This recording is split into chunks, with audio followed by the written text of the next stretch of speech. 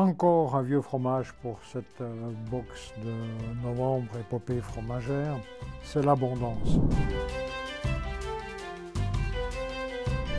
Dès qu'on parle d'abondance, on remonte au XIIe siècle, donc très vieux fromage. Ça a été créé par l'abbaye d'Abondance, et quand j'ai appris que l'abbaye d'Abondance dépendait de l'abbaye de Sion, je me suis dit, il y a vraiment une ressemblance. Donc abondance, on est dans le Chablais français, mais c'est la Savoie à la base, et dire qu'il se fabriquait en Savoie un fromage, et que du côté du Valais, puis ça appartenait à l'abbaye de Sion, se fabrique un autre fromage, qui ont beaucoup de ressemblances. Aujourd'hui, si on les compare, ils sont complètement différents. L'abondance, c'est un fromage qui fait entre 12 et 15 kg. C'est un fromage qui est beaucoup plus large et c'est un fromage qui est beaucoup plus chauffé que le fromage raclette. Le fromage raclette, on le chauffe à 40 degrés. Là, on est à 48-50 degrés. Donc, c'est un fromage qui n'irait pas pour la raclette. Mais ce qui m'interpelle dans ce fromage par rapport à la raclette, c'est qu'au début du siècle passé, dans les années 1900, quand on parlait du fromage à raclette en Valais, on parlait d'un fromage qui avait entre 10 et 15 kilos. Donc, je me suis dit que certainement, à la base, ces deux fromages étaient identiques. Et puis que gentiment, le Valais s'est tourné vers un fromage beaucoup plus type raclette, un fromage qui fond beaucoup mieux, en chauffant beaucoup moins la masse. La masse pour le fromage raclette est chauffée à 40 degrés, là on est à 48-50. Et toute la différence est là, mais quand c'est que le changement a lieu, mystère. Je suis sûr qu'à l'origine, ils faisaient le même fromage, mais qu'après ça a changé.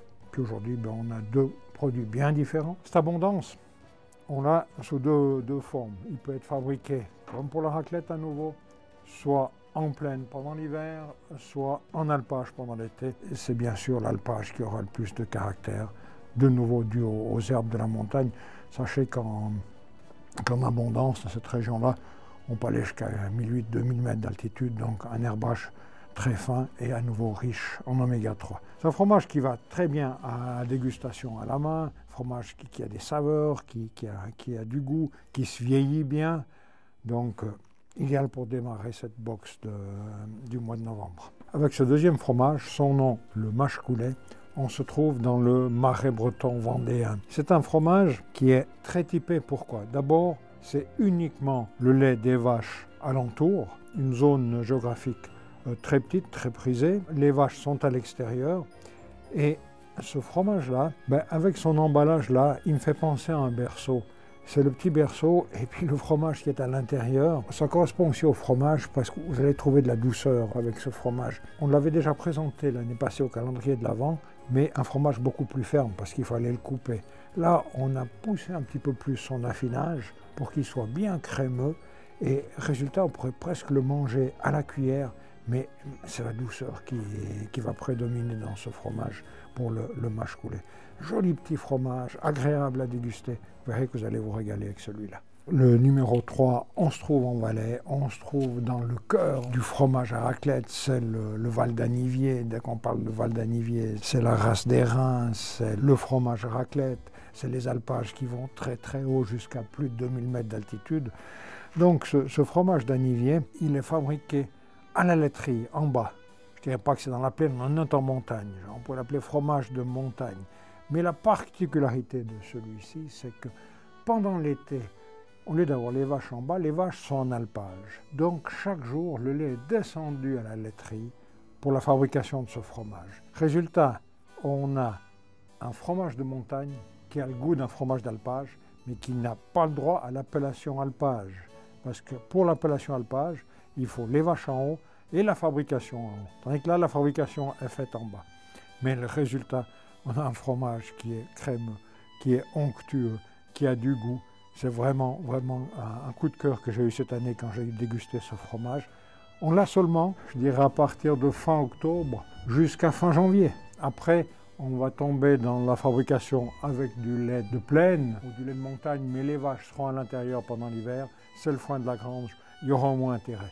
Mais celui-là, vous allez à nouveau pouvoir vous régaler parce qu'il est pour moi bien particulier du fait que les vaches sont à l'extérieur et que c'est du lait d'alpage. Pour ce quatrième fromage, on se trouve en Haute-Garonne avec ce fromage qui s'appelle le millefeuille.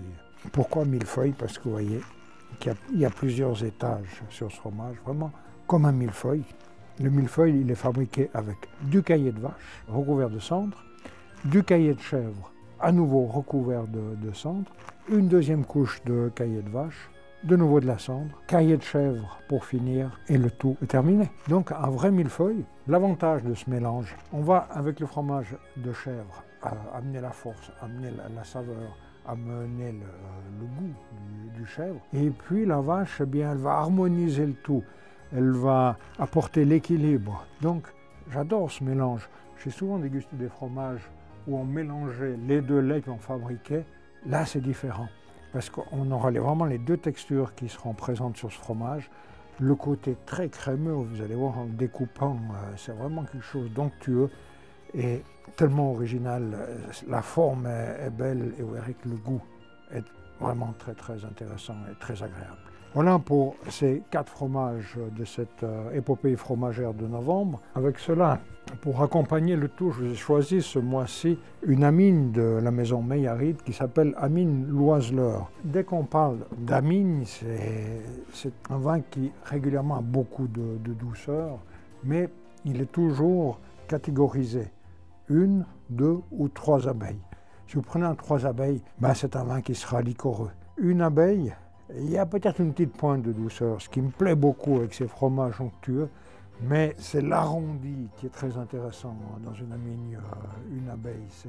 C'est vraiment un vin qui sera équilibré, qui s'accordera vraiment bien avec les pâtes molles, parce que tous les deux ont de la rondeur. À mon avis, ça devra vraiment bien se marier avec ces 4 fromages pour cette épopée fromagère du mois de novembre. Faites-vous plaisir, belle dégustation à vous tous.